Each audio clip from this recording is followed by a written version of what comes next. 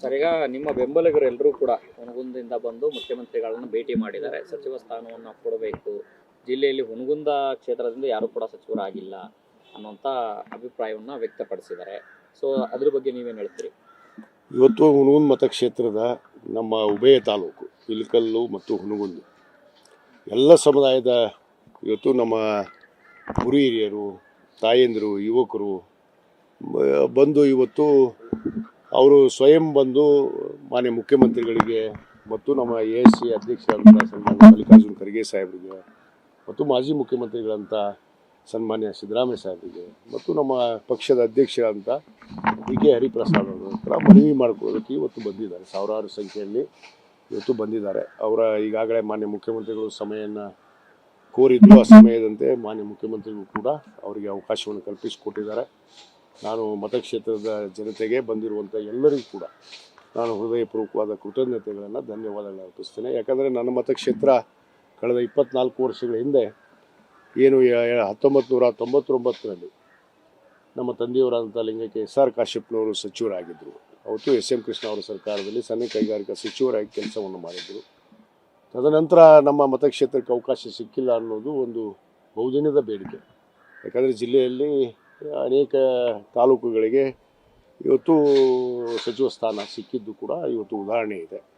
ಅದರಲ್ಲಿ ನಮ್ಮ ಹಿರಿಯ ನಾಯಕರಂಥ ಸನ್ಮಾನ್ಯ HY ಮೇಟಿ ಅವರಾಗಿರ್ಬೋದು ಮತ್ತು ನಮ್ಮ ಇನ್ನೋರ್ವ ನಾಯಕರಂಥ SR ಪಾಟೀಲ್ ಅವರು, RB ತಿಮ್ಮಾಪುರ ಅವರು 4 ಬಾರಿ ಕೂಡ ಸಚಿವರಾಗಿದ್ದಾರೆ. ಈ ಒಂದು ಸಮುದಾಯ ವೀರಶೈವ ಲಿಂಗಾಯತ ಸಮುದಾಯಕ್ಕೆ ನ್ಯಾಯ ಒದಗಿಸಬೇಕು ಅನ್ನೋದಷ್ಟೇ ಅಲ್ಲದೆ ಎಲ್ಲ ಸಮುದಾಯಗಳು ಕೂಡ ಇವತ್ತು ನಾವು ಒಗ್ಗೂಡಿಕೊಂಡು ಹೋಗುವಂಥದ್ದು. ಯಾಕಂದರೆ ಜಾತ್ಯತೀತ ತಳಹದ ಮೇಲೆ ಬಂದಿರುವಂಥ ನಮ್ಮ ಪಕ್ಷ, ನಮ್ಮ ಪಕ್ಷದ ಸಿದ್ಧಾಂತದಂತೆ ಇವತ್ತು ನಡೆಯೋದಕ್ಕೆ ನಮ್ಮ ಜಿಲ್ಲೆಯಲ್ಲಿ ಕೂಡ ಇಡೀ ಜಿಲ್ಲೆಯಾದ್ಯಂತ ಕೂಡ ಇವತ್ತು ಈಗಾಗಲೇ ಅನೇಕ ಬಾರಿ ಪ್ರತಿಭಟನೆಗಳನ್ನು ಏನು ಹಕ್ಕೊತ್ತಾಯವನ್ನು ಮಾಡಿದ್ದಾರೆ. ಅದೇ ರೀತಿ ಇವತ್ತು ಕೂಡ ಹಕ್ಕೊತ್ತಾಯಕ್ಕೆ ಬಂದಿದ್ದಾರೆ. ಖಂಡಿತವಾಗಿ ಎಲ್ಲರನ್ನ ಭೇಟಿ ಮಾಡಿ ಮನವರಿಕೆಯನ್ನು ಮಾಡಿಕೊಡುವಂಥ ಕೆಲಸ ಮಾಡ್ತಾ ಇದ್ದಾರೆ. ಖಂಡಿತವಾಗಿ ಅವಕಾಶ ಸಿಕ್ಕದಲ್ಲಿ ಖಂಡಿತವಾಗಿ ನಾನು ಕೂಡ ಸೇವೆ ಮಾಡೋದಕ್ಕೆ ಸಿದ್ಧಿದ್ದೀನಿ.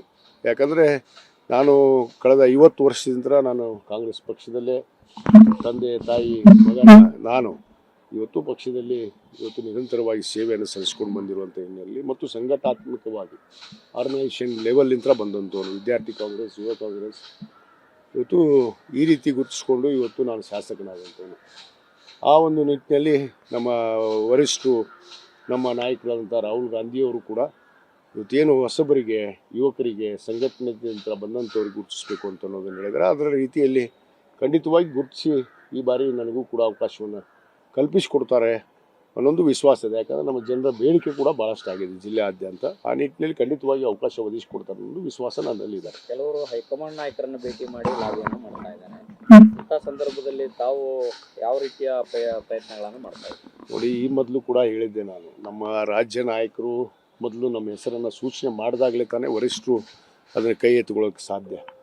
ಇವತ್ತು ನಮ್ಮ ದೇವರುಗಳು ಇಲ್ಲೇ ಇದಾವಂತ ನಾನು ಹಿಂದೆ ಕೂಡ ಹೇಳಿದ್ದೆ.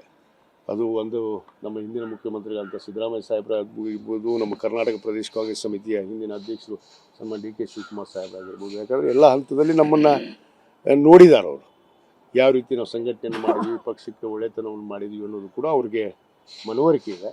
ಖಂಡಿತವಾಗಿ ಇವರು ಒಪ್ಪಬೇಕು. ಮೊದಲು ಇವರು ನಿರ್ಧಾರವೇ ಅದು ಅಂತಿಮ ನಿರ್ಧಾರ ಆಗುತ್ತೆ. ಈಗಾಗಲೇ ವರಿಷ್ಠರು ಕೂಡ ನಾವು ಮನವಿಯನ್ನು ಮಾಡ್ಕೊಂಡಿದ್ವಿ. ಸಂದರ್ಭ ಬಂದರೆ ವರಿಷ್ಠರು ಕೂಡ ಭೇಟಿಯಾಗಿ ಇನ್ನೊಮ್ಮೆ ಮನವರಿಕೆಯನ್ನು ಮಾಡಿಕೊಡುವಂಥ ಕೆಲಸ ಖಂಡಿತವಾಗಿ ಮಾಡ್ತೀವಿ.